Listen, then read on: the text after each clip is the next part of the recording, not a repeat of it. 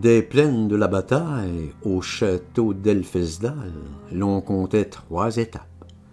L'une à travers les tourbes, 2 autres en forêt. Les lentes buées des marécages entraînent charme malfaisant, fièvre et sortilège. Le roi redoutait fort le campement des troupes en tel moisi parage. Au jour, force lui fut cependant d'ordonner le bivouac à la lisière d'une étendue de tourbe, de préfondus et de limons.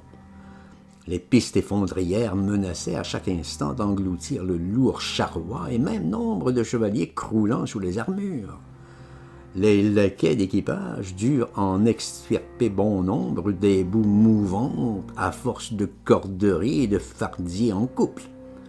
Les bêtes au soir n'en pouvaient plus. Il ne fallait songer, malgré la grande hâte, à redoubler l'étape. La tente du roi fut dressée sur un tertre à l'écart, petit carré au sol moins fangeux, sembla-t-il, que le reste alentour.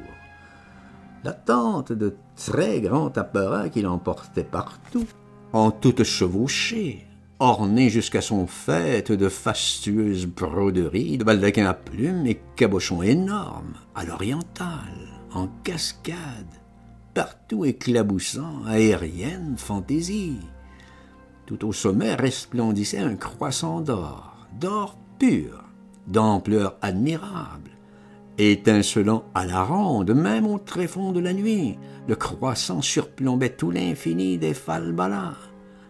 La tente, si pesante, accablée de richesses, chamarrée à ne pas croire, a été offerte au roi par l'ambassadeur shérif Atashim Namouk, envoyé du Grand Turc.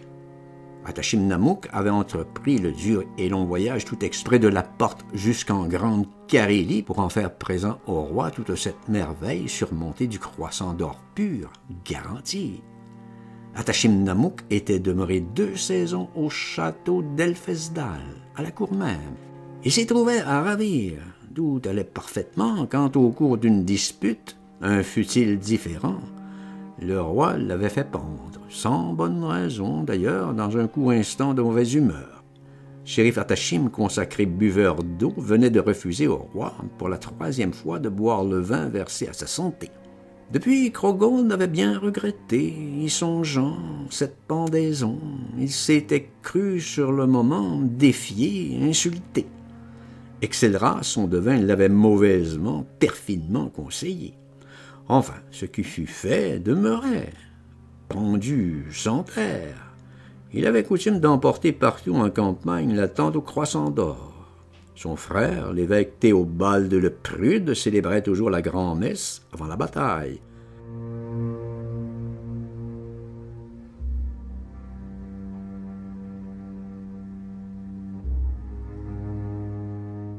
Crogone ne pouvait dormir ce soir-là. Il souffrait au pied d'une blessure reçue tout au début de la journée. Une méchante entaille, point profonde mais cuisante, des plus vives, rongeantes. Et puis les lieux du bivouac, décidément, lui déplaisaient. Tant pis, il eût dû forcer la troupe, les faire sortir coûte que coûte de ces marais fumeux, camper au sec. Son père, revenant de croisade, avait été traîtreusement oxy dans un des marais de Vendre, au nord du Mecklembourg.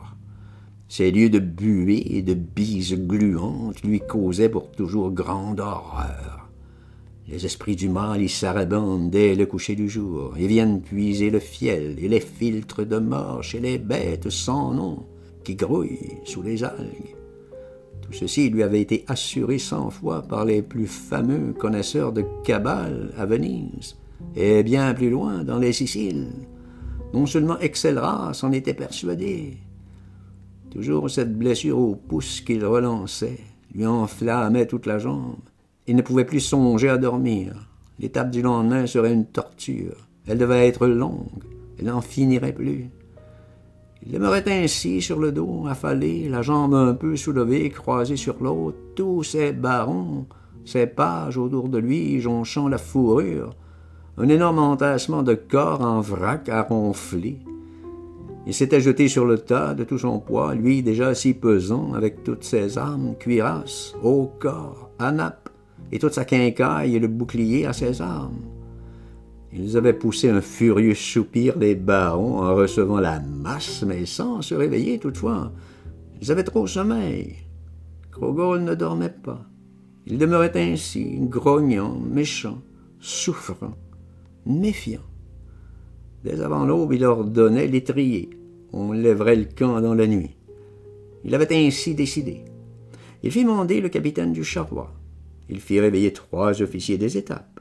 Ils accoururent. Il leur posa 20 questions, coup sur coup, à propos de tâches au bivouac. Que nous manque-t-il? Qu'avons-nous perdu? Dans les ornières, à la bataille, de ci, de là, de maladresse, de la canaille. Toujours beaucoup de bagages se perdaient, d'armures, de butin.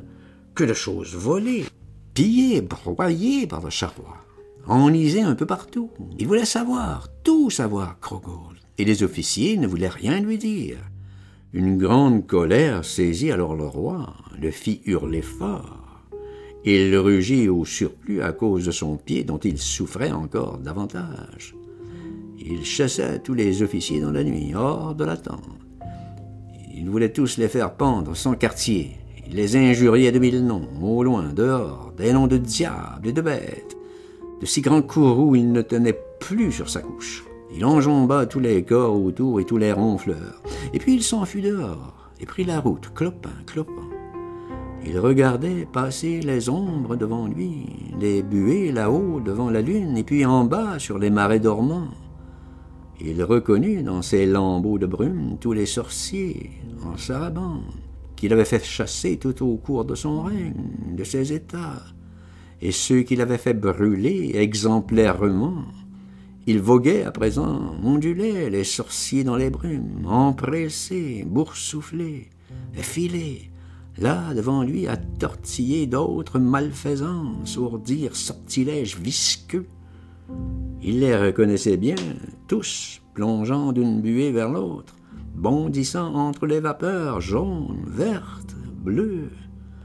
Un moment seulement leur visage, et puis tout leur corps d'un coup, et puis mêlés, et rien du tout, les uns aux autres, en ronde, bises ou rafales, tantôt glou-glou de marécage, tantôt flamèches voltigeantes, hautes dans le ciel.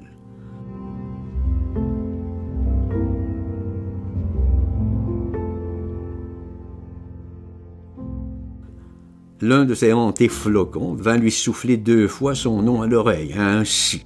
« Krogol, Krogol !» Glou-glou d'eau pourrie, il ne put s'empêcher d'en rire. Rien, jamais ne lui faisait peur. Il s'assit tout exprès au bord de l'eau croupie pour mieux contempler à son aise la farandole de ses âmes en peine, tous ces fantômes batifolant à travers la lune. Il se trouvait encore mieux là, même tout souffrant de sa blessure, que sous sa tente, à se morfondre, à se pincer de douleur pour ne réveiller personne. Ainsi soit-il. En se fouillant, il découvrit sous sa houppelande la gourde de genièvre qu'il avait cherchée tout le jour. Oh, la gourde, il s'endarda le jet d'une toise dans le fond du gosier. Il attendit ainsi, pareil que toute la sarabande s'achève au-dessus des marais puants. Damné ou non, que tous les maudits parviennent au lieu de sabbat et que les choses s'accomplissent. Un roi doit tout voir. Il ne fut point déçu. Toujours il en accourait d'autres de tous les coins du ciel, avec des mines de tout genre, des mouvements infinis et déploiements d'écharpes, de nuages, tout gonflés de fantômes. Mais il eut assez bientôt de voir voltiger ces momies, cette mascarade de vent. Son regard cherchait plus loin, de l'autre côté des étangs, le grand amas de butin, les chariots de prise, le trésor du connétable, tout l'équipage des 3 armées en route pour la citadelle, pour le donjon d'Elfesdal.